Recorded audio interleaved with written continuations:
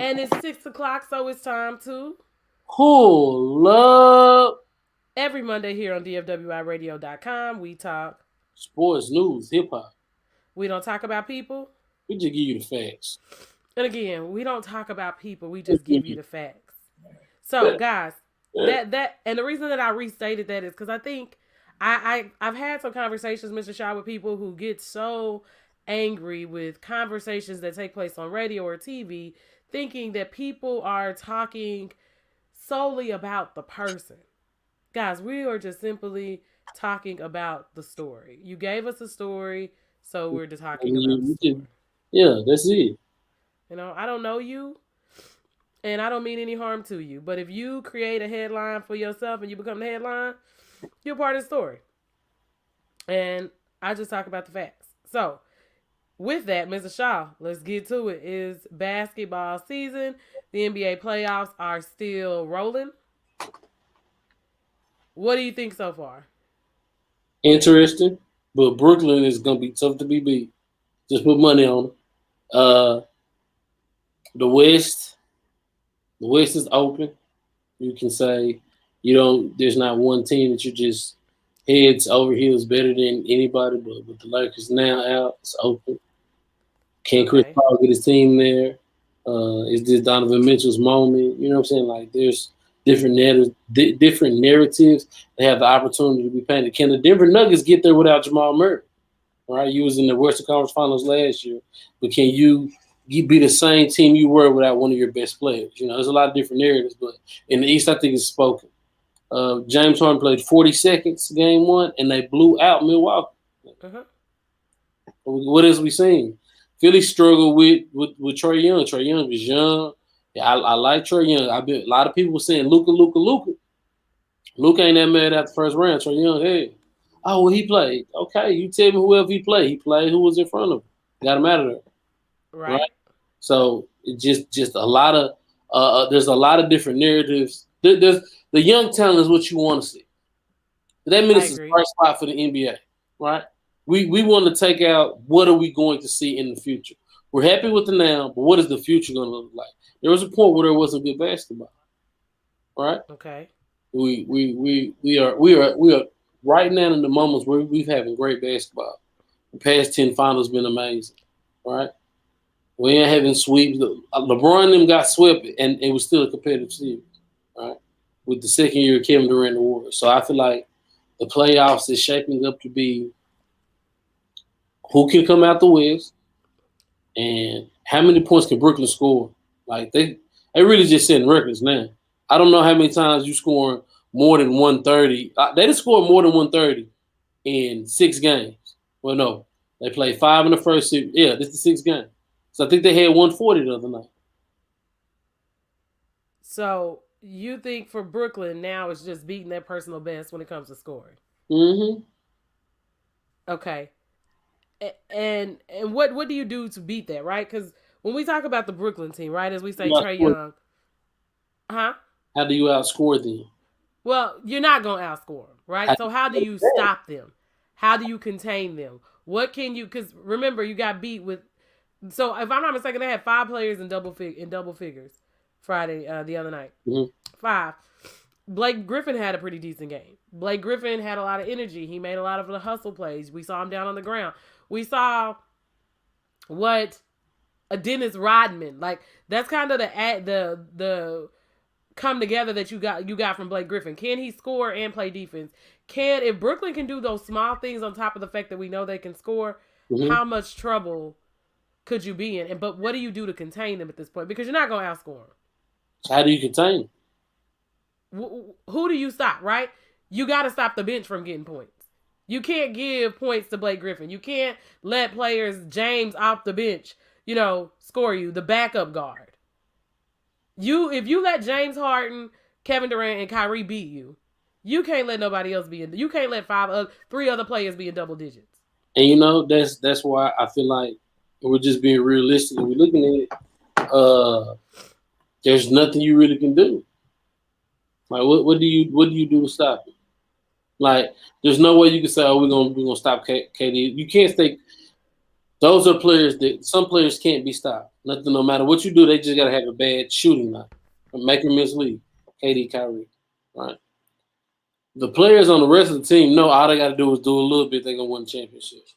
So their confidence is at an all-time high, right? If you're playing with 3 of the top 20 players in the NBA, there's no reason for you not to have confidence. Like, hey, we can win. You playing with individual. James Harden might be the best individual scorer ever, right?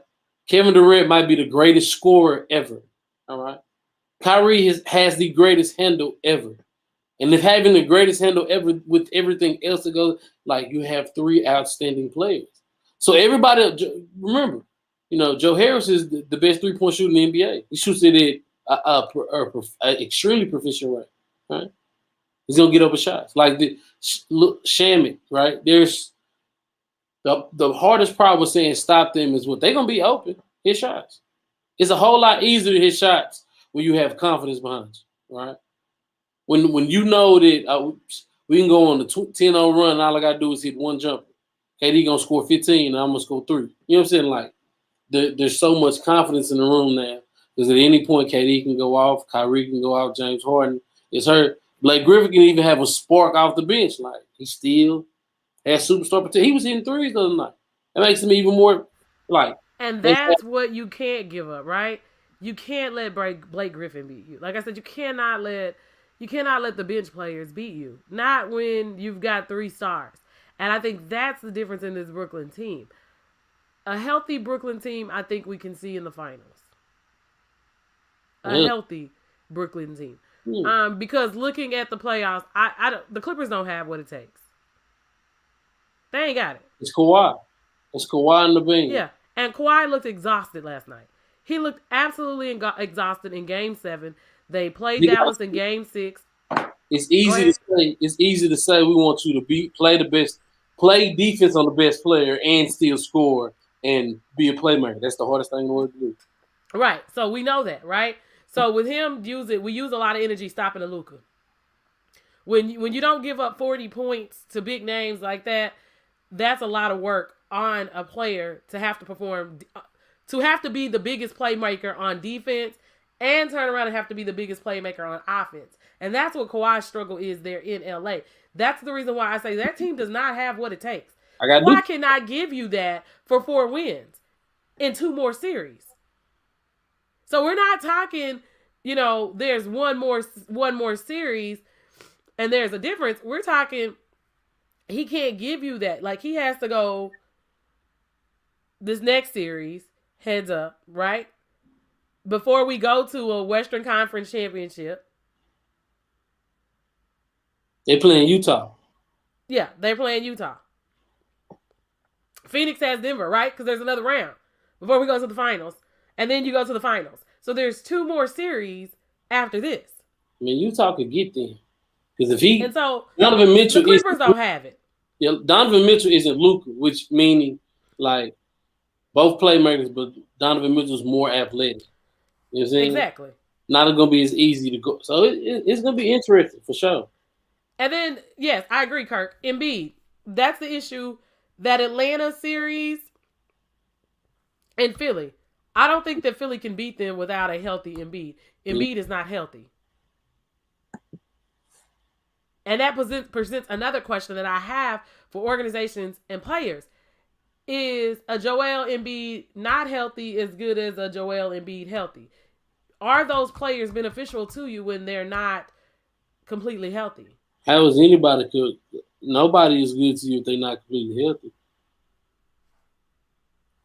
I mean, I agree. It might be some switching on Paul George and Kawhi, but if their theory is the same thing they did to stop Luka, or you go in 7, and Donovan Mitchell can beat you in 7 because his supporting cast is a lot better than because again, Utah just ran through a young Memphis team that probably has the best young cast in the NBA, right? Like they might be the most dangerous young team in the NBA if they, they won't be able to stay together because people gonna get paid. But and they beat them, so I don't believe that. Look, last year they ran into Denver and nobody thought Denver had a chance. Denver went down 3-1, and then Jamal Murray just lost his mind. Donovan Mitchell has. This is Donovan Mitchell's. That's when Jamal Murray put on the show. Right? He stopped the LA versus LA Western Conference Finals. That's what everybody thought it was. LA versus LA. You got to have that mindset. Like that's the type of player you got to be. You got to be. I'm gonna come f this up. I'm gonna mess this up for sure. Like you gotta have that mindset, as in, okay. Some people be scared. I feel like that's why a lot of teams lose. They'll walk in like, man, we can't beat them because they A, B, C, and D over there. Right? You can't go in with that mindset.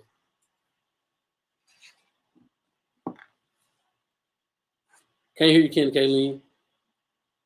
Sorry, I was muting because I was pushing buttons. I was producing Jordan Clarkson showing people that he can be a threat. I think that Jordan Clarkson is comfortable in the system, right? And I always say people are system players. You have to get on a team that utilizes your skill set for what your skill set is and not try to make you be a player that you're not. So it's those small pieces, right, that create these championship runs where these may not be players that we're saying, okay, they're in the top 25 in their age range, but these are players that we know that have kind of been overlooked, and they do have the ability to play. Mm-hmm. And in all of these teams that are left are, except for Brooklyn. Brooklyn is the one, I do believe, Brooklyn is the one complete team. I feel like Philly is semi behind them. When we look at the whole picture of things, right? Because when we look at coaches, right? We talked about that Boston team. I've been saying Brad Stevens is not a great coach. They give these people great coaching. He's headed to the front office. Is it his fault? I don't think it's his fault, but there are just certain things that you're LeBron James. How many coaches have run into LeBron James couldn't get out the Eastern Conference Finals? Well, I'm not saying that. I'm just saying that the combinations that we put together, how we utilize our talent, how we develop our talent. I think that we give these labels. Look, you still went to the finals, and Gordon Hayward got hurt, and you didn't have Kyrie. And then you went to the Eastern Conference Finals again last. So, but great coaches keep coaching until the end. So why is he leaving coaching so early? Why is he headed to the front office instead of continuing to coach a team? Because some people realize you can't do both. He can let somebody else coach. You can bring in the players and develop them. And that's all that I'm saying. So with these teams, just like with coaches, like we've got to find our role. We've got to find our role. And I think that's what we're seeing with a lot of these teams. And that's what I'm saying. I think Brooklyn is the more complete team. Steve Nash is going to look like a great coach is what I'm getting to. Because he has great talent. He's going, unless everybody gets hurt, we're going to see them in the Eastern Conference Finals. Okay? Unless Kyrie and KD go down with James Harden, we're going to see them in the Eastern Conference Finals. Is Steve Nash that great of a coach? We don't know. He's not. Steve Kerr, I agree. Eric Spoelstra. Are these really great coaches? Eric Spoelstra was in the finals last year. He was in the bubble, but this year what happened? Jimmy Butler was hurt. He was. How good are you with the best player? But again, it goes back to coaching. What can we string together?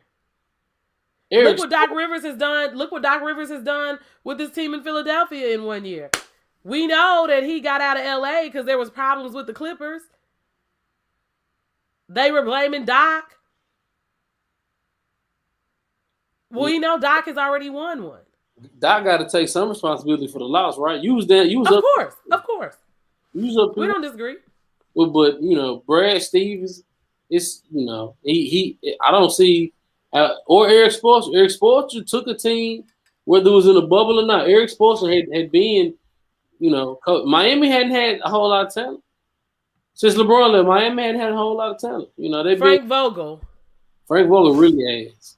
He's really ass. Right?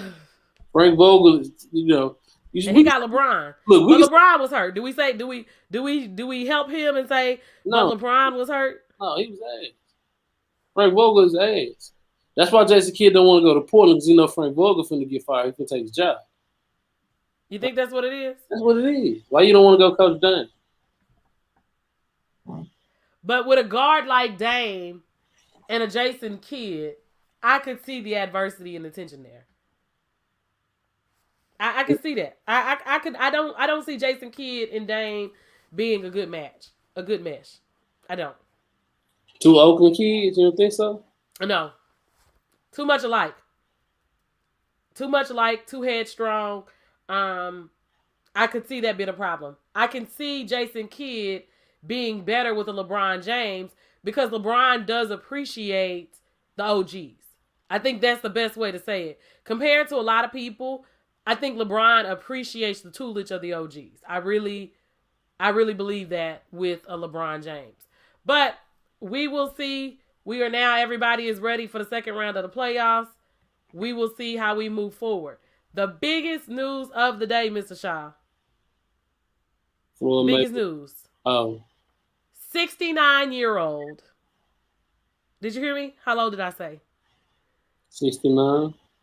69-year-old Nick Saban got a contract extension today that includes his $8.425 million base salary and talent fee for the current contract year with annual raises of unspecified amounts. Okay? He will receive an $8,000 contract completion benefit after each contract year from 2022 through 2025. That's a lot of money. He's led Alabama to 7 SEC championships. He has a record of 170-23, with 5 wins vacated in 2007 due to NCAA infractions. What do you think about that? The contract, he's only lost 27 games in Alabama. So he signed to Nick Saban is signed through 2029. He's 69 years old. 69. I mean, that's a lot of money. Man, deserve it. Does he deserve that kind of money to coach? How many has he turned into this at the collegiate level? How many men have he turned into million? Sorry, $8.425 million.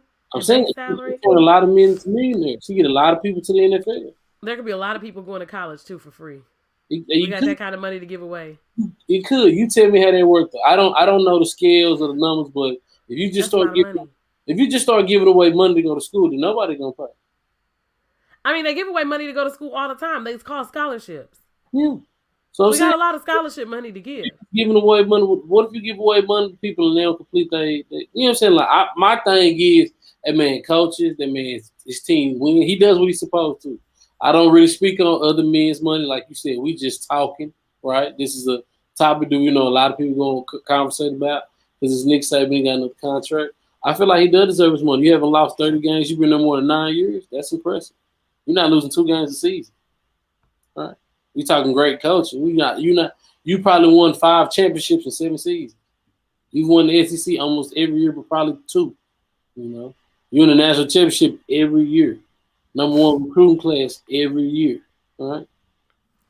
I just say when we think about that in comparison, I just think about we had the conversation during the election year this past year about Joe Biden being old, Bernie Sanders being old, the other guy with the red hat is old. This is a man that's gonna be 75 years old almost by the time 78 years old by the time his contract is up almost. I just feel like is he at that point is he functioning at his highest level at almost 80 to be making $8.425 million? I mean, then at that point you feel that way as an organization. I think you need to have somebody that's like the coach way. You know what I'm saying? Like there's a bunch of coaches that have come through the Nick Saban, Nick Saban. There are a lot of coaches from the Nick Saban coaching tree that you could go to after that. So they got options. Like they aren't limited to their options, but locking Nick Saban is the best thing for that university. That's the greatest coach they had since Barry Brown. That's a long time. And that goes back to contracting, right? I think Barry Brown coached until he was like 70. Well, Nick Saban is already 70. He's 69. His money young. I mean, and that's great that he's young, but that's a lot of investing in a man that's almost 70 years old. So does it go to prove that maybe this whole thing that America used to do about people being too old, because it used to be difficult to change careers at 40. Mm-hmm. Does it go to prove that some of this has been a lie? That, because we saw Joe P work right up until they booted him out of Penn State, and he passed away not long after that. Eddie Robinson is like one of the most winningest coaches of all time. Eddie Robinson coached a very long time. So is it false to say that some of these people are losing their marbles as they get older? Not for, I definitely. Does it change the way we look at stuff? I don't. I believe people aren't in their same right mind state. So I feel like, well, I can't tell you when you need to step away, but I feel like some people like, it might be, for instance, Coach K. I respect me, like, man, you know what? My time to step away. COVID, I probably didn't do what the easiest thing for me. Coaching probably just didn't have grown. So, like I said, this is last year. I respect Coach K for that. You know what I'm saying? Like, give it up before it's too late. You know what I'm saying? Don't run yourself into the ground. So, that is. We definitely know people don't be in their same mind state at 55 that they were at 35. At 20 years, it took a toll on you. You've seen a lot. You've been through a lot. Right. It's on the person. You got to be honest with yourself. You got to be honest with yourself. So I'm not doing this at the level I was doing. The moment I'm not doing it at the level the moment I'm not doing it at the level that I was loved at, I'm gonna walk away. Now that don't mean I can't coach. That don't mean I can't give tips. That mean I can't give strategy. But I'm not finna be out here trying to, like, okay, once I hit 55, I'm not trying to rock the news Jones. I'm be an Air Forces chill type of guy. You know what I'm saying? I'm not trying to be fresh after a certain age. I be seeing niggas 85. Bro, sit down, pops. You ain't got no teeth in your mouth. You're not supposed to be fresh no more. Live your life. I'm not saying don't be fresh because that's who you are, and that's what I say about the Nick Saban, right? So I'm playing more so devil's advocate because especially as somebody who's making a career change, right? Technically, and it's been very difficult for people my age to make job changes in corporate America because technically we are behind. Technology has changed. Applications have changed since we went into the workforce 20 years ago. The world has changed. So I think it's a salute to Alabama to say, we believe in Nick Saban, and as, who was that? As Kirk said, he's just the face of the organization. He could be. But Nick Saban is a very expensive face. He's a face that has taken the Alabama name and brought it back to life. He's getting a stats. He's right. He's taken Alabama football. He's solidified in Alabama history. His win-loss record is very impressive. So to come back and say, we want this guy, we're going to sign his contract extension. We're not going to let anybody else come and get any of this. We're not going to let him go to another university. Mm-hmm. LSU, you're not going to pull him back. The NFL, you're not going to take him away. We believe in Nick Saban, as you said, until he decides that he's had all that he can take and he can no longer give us his best and he's going to walk away. They have experience at 55 and are still clear mind states. Our mother. That's what she said? Yes. So. You know she don't like you. She will cuss you out. You are such a liar. That's why I'm sitting in a sweater, because you were also telling me yesterday I was being dramatic. That's another story for another day. Okay? You off topic. I'm on topic today. It's another story for another day. So next we're moving into your conversation that you were having on your Facebook page today about Floyd Mayweather. Let's talk. We're talking about the Logan Paul Floyd Mayweather fight. I did not watch the fight. I definitely didn't watch the fight. Haven't watched the fight since Floyd started fighting for fun and not for fun. You know what I'm saying? Since Floyd started fighting for funds and not for fun, right? Okay. And I see a lot of people online and they're mad about it. But why? Like, the same people mad are the same people who got a PPP loan that's going to go to jail. Mm. So you mad about somebody else getting some funds. Business with them PPP loans. Shot time, entertainment, and management. And all somebody said Kirk said Cliff go tag the dude in this segment. I can't, bro. I'm not even gonna tag. Look, bro. First thing we not gonna do, we not giving nobody no clap. They not riding our coaches. I'm not tagging him. He know what he's talking about. All right. Let's be honest.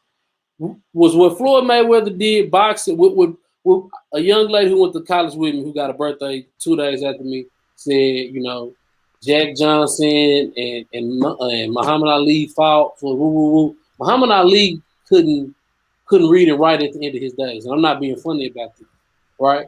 Muhammad Ali might have had some money, might not have had some money. What Floyd Mayweather is doing is setting himself up and a whole lot of other men up to be millionaires. All right. I don't care if people say, "Oh, you picking fights." Picking fights to be a millionaire. Picking fights not to get their brains beat in. Right. Boxing is a dangerous sport. Boxing is a very vicious sport. At the end of your days, a lot of people be broke with no brains. All right. So y'all mad? Can we tell them something? Tell them, guys. I'm gonna give you a Reggie Mays moments, right? Because I read the comments. If you're listening to this segment, now is the time that if you don't like your dreams to be broken up, to turn off. But guys, just like wrestling, boxing fake anyway. Because everybody but Ali was a paid head. You get paid to get your head beat in, okay? It is controlled by the mafia. This is not a conspiracy. These are facts.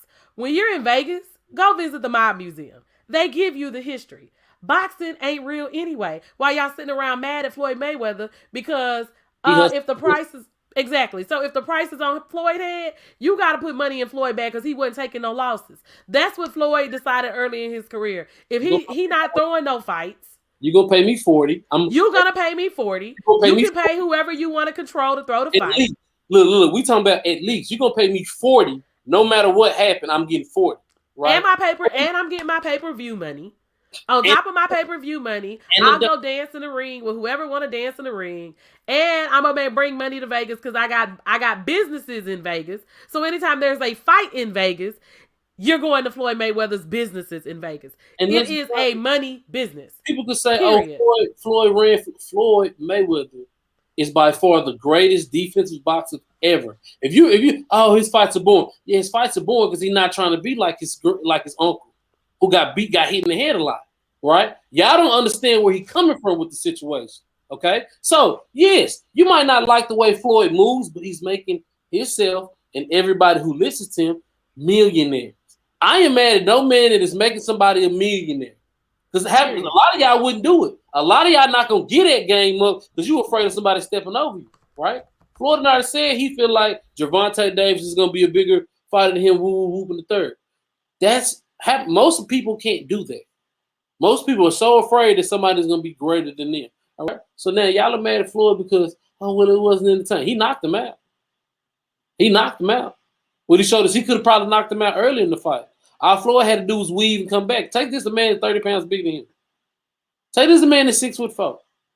This isn't even a weight class. What did y'all expect? I paid it no attention. I'm not mad at Floyd. Floyd gonna get his money. He's not getting it out of me. Floyd ain't made no money out of me in a minute. Because Floyd ain't been fighting for real. Floyd been fighting for fun. I ain't mad at you. Come out here. Listen, when was this fight set up? Floyd don't fight. It's at least 6 months to a year between every time Floyd fight. Why? One thing, he knew body was getting old. Not for be getting in this ring every other week getting beat on. That take a toll on you, right? And then again, I understand a lot of people don't go that deep into it. People don't think about it like that. But you aren't thinking. Muhammad Ali is one of the greatest fighters of our time. But do you see him? Man fought a lot of fights. Whole lot of fights. I ain't saying his bag not Floyd bag. Floyd, and well, there's no way his bag is Floyd bag because they weren't making that kind of money. Different time. And the kind of money that Ali was making. Also, remember Ali got sent to jail. Also, remember they took Ali's belt. Mayweather's belt ain't never been took. Mayweather ain't never been controlled either. So you need to understand, like I said, this is just like wrestling. What do you say? WWE is all fake. Like I think people get way too invested. It's about who put the fans in the seats. Who gonna get people to pay for these fights? Y'all pay for it. Y'all always talking about Mayweather can't fight. Mayweather can't fight. This was for fun. Mayweather didn't tell y'all he was fighting no pound for pound. He wasn't going for no belt. Mayweather is retired. So anything that you see Mayweather do at this point in time is for money. Mm-hmm. It's for money. And when you have money, you can train the next good group of boxers. You can train. It ain't just money. He entertaining y'all. That Logan Paul fight Floyd could have knocked him out if he wanted to. In the first round. He a fighter. He could have came back real quick. Floyd Which just means, because Ocho Cinco was fighting too, that means he got a bad. Everybody is out here getting their money. And you if you stupid not, if you're not. You yeah, stupid if you get hit in the head at this point and you ain't getting paid. top ranked fighters, Terrence Crawford. You fighting on ESPN, sir. They probably paying you $30,000. I don't know what his bag look like, but I'm just saying the way we know the way to the purse is through Vegas. We know the way to clinch your purse is through having pay-per-view fights so that you get a portion of pay-per-view. I'm just trying to tell y'all who don't know because y'all always talking and running your mouth. And that's what I see a bunch of people, especially a bunch of people who be doing a bunch of talking. But what I'm going to do is stop talking because it's time to take a break. And what we're going to do is come back after this commercial break. You didn't think I was going to get it in? Pull up. We'll be back.